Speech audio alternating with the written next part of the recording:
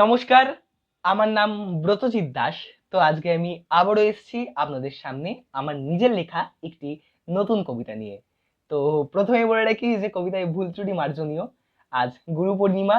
আমার গুরু, আপনার গুরু, সকলের গুরু প্রভু জগন্নাথকে নিয়ে আজকে আমি একটি কবিতা পাঠ করব। তো এই কবিতার নাম হচ্ছে প্রভুর দর্শন। তো চলুন আমার নিজের লেখা এই কবিতাটি শুরু করা যাক।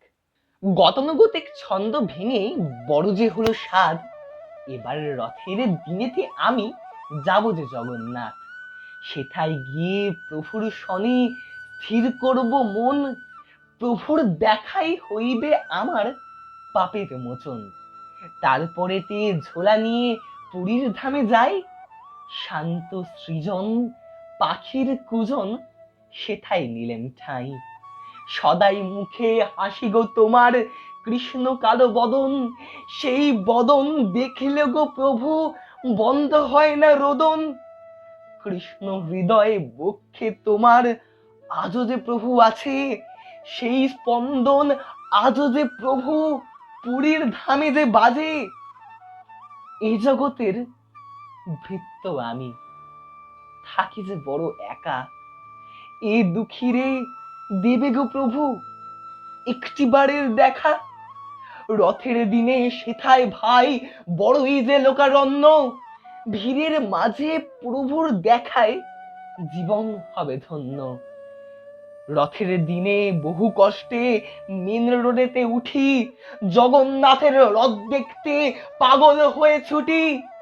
কাছে আসতেই ভিড় যে আমায় দিল যে বড়ই বাধা, তবে কি প্রভু হবে না আমার তোমার দড়ি কি সাধা? তোমায় কি টানবো না প্রভু আমার বাহুবলে? দয়া করে ঠাঁই দাও গো তোমার চরণ তলে।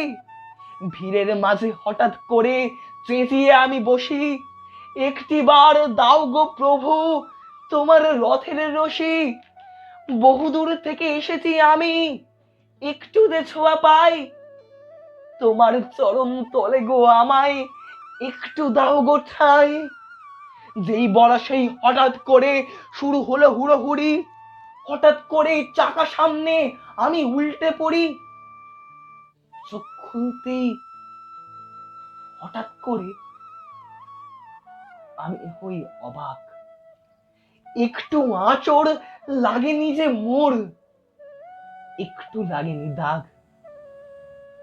আচমকাই কাঁধেতে মোর কেউ দিলে যে হাত, পিছন ফিরে চেয়ে দেখি দাঁড়িয়ে জগন্নাথ। হাউ হাউ করে কাঁদতে থাকি, আমি যে বড় একা, এ দুঃখীরে দিলে গো প্রভু তোমার রূপের দেখা। পরক্ষণে প্রভুর শনে প্রশ্ন হানি যে মোর, রথের চাকার তলায় পড়েও কিচ্ছু হলো না মোর।